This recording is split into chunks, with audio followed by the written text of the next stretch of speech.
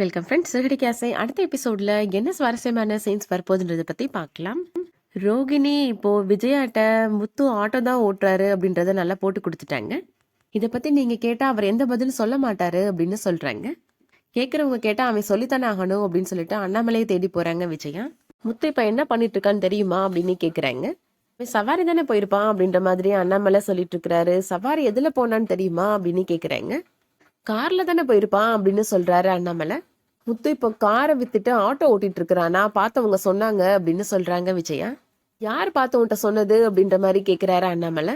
பார்வதி தான் என்கிட்ட சொன்னா அப்படின்னு போய் சொல்லி சமாளிச்சிடுறாங்க விஜயா. இந்த வீட்டு பத்திரத்தை அடமான வச்சு நீங்க அவனுக்கு கார் வாங்கி கொடுத்தீங்க, அப்ப அந்த கார் எனக்கு சொந்தமானது தானே அப்படின்னு சொல்றாங்க விஜயா. காரை விற்க போறான்னா உங்ககிட்ட ஒரு வார்த்தை கூட சொல்லாம வித்துருக்கிறான், அந்த பணத்தை அவன் என்னதான் பண்ணுனா அப்படின்னு கேக்குறாங்க விஜயா. முத்து வந்ததுக்கு அப்புறம் இதை பத்தி பேசிக்கலாம் அப்படின்னு அண்ணாமலை சொல்லிடுறாரு. இதுக்கிடையில பூ மார்க்கெட்டுக்கு பூ வாங்குறதுக்காக மீனா போறாங்க. அங்க ஒரு பாட்டி பூவெல்லாம் வாங்கிட்டு நின்றுட்டு இருக்கிறாங்க. என்ன பாட்டி, உங்களுக்கு ஏதாவது வண்டி பிடிச்சி விடட்டுமா அப்படின்னு கேட்டுட்டு இருக்கிறாங்க மீனா. வேணாம்மா, நான் வரப்போ ஒரு தம்பியோட ஆட்டோல தாம்மா வந்தேன், அந்த பிள்ளை பணம் கூட வாங்கலம்மா, வரும்போது மறுபடியும் என்ன கூப்பிட்டுக்கிறேன்னு சொல்லுச்சு, அதுக்காக தான்மா வெயிட் பண்ணிட்டு இருக்கிறேன் அப்படின்னு அந்த பாட்டி சொல்லிட்டு இருக்கிறாங்க. மீனாவுமே இப்போ பூ வாங்குறதுக்காக போயிடுறாங்க. அந்த டைம்ல கரெக்டா முத்து ஆட்டோ ஓட்டிட்டு வராரு.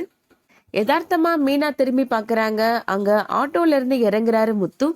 முத்துவை ஆட்டோ டிரைவரா பார்த்த உடனே மீனாவுக்கு ரொம்ப ஷாக்கிங்கா இருக்கு. அந்த பாட்டி முத்துவுக்கு பணம் கொடுக்குறாங்க. என்ன பாட்டி, எக்ஸ்ட்ரா 50 ரூபா இருக்கு அப்படின்ற மாதிரி முத்து கேட்கிறாரு. பரவாயில்லப்பா, நீ கம்மியா தான் ஏற்கனவே காசு கேட்டிருக்கிற, எனக்கு பூ கூடலாம் தூக்கி வச்சு ஹெல்ப் பண்ண இல்லப்பா அப்படின்னு சொல்றாங்க பாட்டி. என்ன பாட்டி, எங்க அம்மா பாட்டிக்குலாம் உதவி பண்ணா நான் பணமா கேட்க போறேன், என்ன அந்த மாதிரிலாம் மட்டமா நினைக்காதீங்க அப்படின்னு சொல்றாரு முத்து. 1 ரூபாய்க்கு மேல அதிகமா பணம் கூட எனக்கு வேணாம் பாட்டி அப்படின்னு சொல்லிடுறாரு முத்து. உன் நல்ல குணத்துக்கு நீ ரொம்ப நல்லா இருப்பப்பா அப்படின்னு அந்த பாட்டி வாழ்த்துறாங்க. அதுக்கப்புறமா மீனா வீட்டுக்கு வந்ததுக்கு அப்புறம் விஜயா மீனாட்ட முத்து ஆட்டோ ஓட்டுற விஷயம் உனக்கு தெரியுமா அப்படின்னு கேக்குறாங்க. புருஷனு பொண்டாட்டியும் சேர்ந்து இன்னும் எத்தனை விஷயத்த தான் மறப்பீங்க அப்படின்னு கேக்குறாங்க. கொஞ்ச நேரத்துக்கு முன்னாடி தான் எனக்கு அவர் ஆட்டோ ஓட்டுற விஷயமே தெரிஞ்சிச்சத அப்படின்னு சொல்றாங்க மீனா. அவர் ஆட்டோ ஓட்டுறாருன்னு உங்களுக்கு எப்படி தெரியும் அப்படின்னு மீனா கேக்குறாங்க. அதான் ஊர்ல இருக்கிற எல்லாருமே பார்த்து வந்து சொல்றாங்களே என்கிட்ட அப்படின்னு விஜயா சொல்லிட்டு இருக்கிறாங்க. அந்த டைம்ல கரெக்டா முத்து வராரு. அப்ப நம்ம வீட்டு மாடியில வேணா பந்தல் போட சொல்லிடட்டுமா அப்படின்னு கேக்குறாரு. என்னை பத்தி சொல்றதுக்கு ஊரே வருதே, அப்ப வீட்டுல இடம் பார்த்தாதுல அப்படின்னு நக்கலா சொல்றாரு. என்ன கேக்குறதா இருந்தாலும் என்கிட்ட கேளுங்க, அவளை எதுக்கு நிக்க வச்சு கேள்வி கேட்டுட்டு இருக்கிறீங்க அப்படின்னு கேக்குறாரு முத்து. நீ ஆட்டோ ஓட்டிட்டு இருக்கிறியா முத்து அப்படின்னு ரவி கேக்குறாரு. ஆமா, நான் டிரைவர் தான், நான் எதனாலும் ஓட்டுவேன் அப்படின்னு சொல்றாரு முத்து. மனோஜ் இப்போ அவர் பங்குக்கு நக்கலா பேசுறாரு. ஏதோ ப்ரமோஷன் கிடைச்ச மாதிரி பெருமையா பேசுற அப்படின்னு கேக்குறாரு. எனக்குன்னு ஒரு வேலை இருக்கு, நான் உழைச்சு சம்பாதிக்கிறேன் அப்படின்னு சொல்றாரு முத்து. எனக்கு பெருமையா தான் இருக்கு அப்படின்னு சொல்றாரு. அண்ணாமலை முத்துவை கூப்பிட்டு நிஜமாவே நீ ஆட்டோ தான் ஓட்டுறியாப்பா அப்படின்னு விசாரிக்கிறாரு. ஆமாப்பா, வாடகைக்கு ஆட்டோ ஓட்டிட்டு இருக்கிறேன் அப்படின்னு சொல்றாரு முத்து. அப்ப அதுவும் சொந்த ஆட்டோ கிடையாதா அப்படின்னு கேக்குறாங்க விஜயா. காரை வித்துட்டு ஆட்டோ ஓட்டிட்டு இருக்கிறாரு, இந்த விஷயத்த வீட்டுல மறைச்சிருக்கிறாரு அப்படின்னு சொல்றாங்க ரோகிணி. மனோஜ் வேலைக்கு போறேன்னு சொல்லிட்டு பார்க்குக்கு போன விஷயத்த மட்டும் வீட்டுல எல்லாரும் முன்னாடி டிவில எல்லாம் போட்டு காமிச்சாருல, அப்ப இவரும் ஏமாத்த தானே செஞ்சிருக்கிறாரு அப்படின்னு ரோகிணி சொல்றாங்க. நான் யாரையும் ஏமாத்தணும்னு நினைக்கலப்பா அப்படின்னு சொல்லிட்டு இருக்கிறாரு முத்து. எனக்கு ஒரு தேவை இருந்துச்சுப்பா, சில பிரச்சனைகள்லாம் இருந்துச்சு அப்படின்னு சொல்றாரு முத்து. ஏற்கனவே உனக்கு உடம்பு சரியில்லைப்பா, இதெல்லாம் சொன்னா உன் மனசு கஷ்டப்படணும்தாப்பா நான் சொல்லல அப்படின்னு சொல்றாரு முத்து. ஆனா சில பேர்லாம் அதை பத்திலாம் நினைக்காம குளிர்காயலான்னு கொளுத்தி மட்டும் போடுறாங்க அப்படின்னு சொல்றாரு ரோகிணியா இன்டைரக்டா. நான் யாரையும் ஏமாத்தலப்பா, உழைச்சுதான் சம்பாதிக்கிறேன் அப்படின்னு சொல்றாரு முத்து. விஜயா முத்துட்டு கேட்டுட்டு இருக்கிறாங்க. உன் பொண்டாட்டிக்கு நீ நகை வாங்கி கொடுப்பன்னு உன் பொண்டாட்டிய சொன்னதுனால காரை வித்துட்டியா அப்படின்னு கேக்குறாங்க.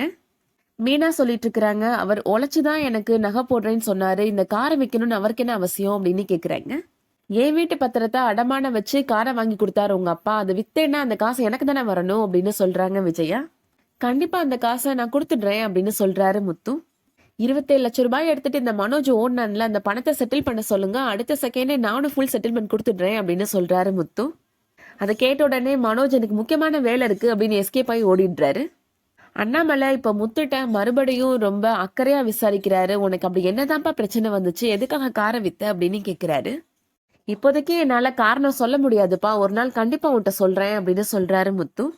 இந்த காருக்கான பணத்தையும் கண்டிப்பா அம்மாட்ட கொடுத்துருவேன்ப்பா அப்படின்னு சொல்லிட்டு போயிடுறாரு. இதுக்கிடையில முத்துட்ட மீனா எதுக்காக தான் காரை வித்தீங்க அப்படின்னு கேள்வி கேட்க வர்றாங்க. நீ என்கிட்ட என்ன கேள்வி கேட்டாலும் என்னால இப்போதைக்கு பதில் சொல்ல முடியாது அப்படின்னு சொல்லிடுறாரு முத்து. இப்படி என்னதான் உங்களுக்கு பிரச்சனை அப்படின்னு கேட்டுட்டு இருக்கிறாங்க மீனா. என்கிட்ட மட்டும் கத்துற, அங்க உன் தம்பி கண்டவன் கூட ஊர் சுத்திட்டு இருக்கிறான், அதை மட்டும் கேட்க மாட்டியா அப்படின்னு சொல்றாரு முத்து. அதெல்லாம் நான் கேட்க தான் செஞ்சேன், எங்க குடும்பத்துக்காக தான் அவன் வேலைக்கு போறான் அப்படின்னு சொல்றாங்க மீனா. திருட்டு பையன் கூட சேர்ந்து வட்டி வசூல் பண்ற வேலையை பார்த்துட்டு இருக்கிறான் அவன் அப்படின்ற மாதிரி முத்து சொல்றாரு. அவன் அந்த வேலையெல்லாம் ஒன்றும் பார்க்கல, அவன் டேட்டா என்ட்ரி வேலை தான் பார்க்கறானா அப்படின்னு சொல்றாங்க மீனா. ஒரு பொண்ணு வெளியில போனா அவகிட்ட மட்டும் 1000 கேள்வி கேக்குறீங்க, அதுவே ஒரு பையன் வெளியில போனான்னா அவன்கிட்ட எந்த கேள்வியும் கேட்க மாட்டீங்களா அப்படின்னு கேக்குறாரு முத்து. அவன் என்ன சொன்னாலும் அப்படியே நம்பிடுவீங்களா அப்படின்னு கேக்குறாரு. எப்ப பார்த்தாலும் என் தம்பி பத்தியே எதுக்கு நீங்க கேள்வி கேட்டுட்டு இருக்கிறீங்க, நீங்க எதுக்காக காரை வித்தீங்க அப்படின்னு கேக்குறாங்க மீனா. இப்போதைக்கு என்னால அதுக்கெல்லாம் பதில் சொல்ல முடியாது அப்படின்னு சொல்லிட்டு அங்கிருந்து போயிடுறாரு முத்து. முத்து ஏன் காரை வித்தாரு அப்படின்ற உண்மை தெரியாம ரொம்ப குழம்பி போய் நிக்கிறாங்க மீனா. அதோட இன்னைக்கான எபிசோட் முடியுது. சத்யா விஜயாவோட பணத்தை திருடின உண்மை மீனாவுக்கு தெரிய வருமா? வெயிட் பண்ணி பார்க்கலாம். இந்த வீடியோ பிடிச்சிருந்துச்சுன்னா லைக் பண்ணிக்கோங்க. சீரியல் அப்டேட்ஸ்க்கு நம்ம சேனலை சப்ஸ்கிரைப் பண்ணிக்கோங்க. தேங்க்ஸ் ஃபார் வாட்சிங்.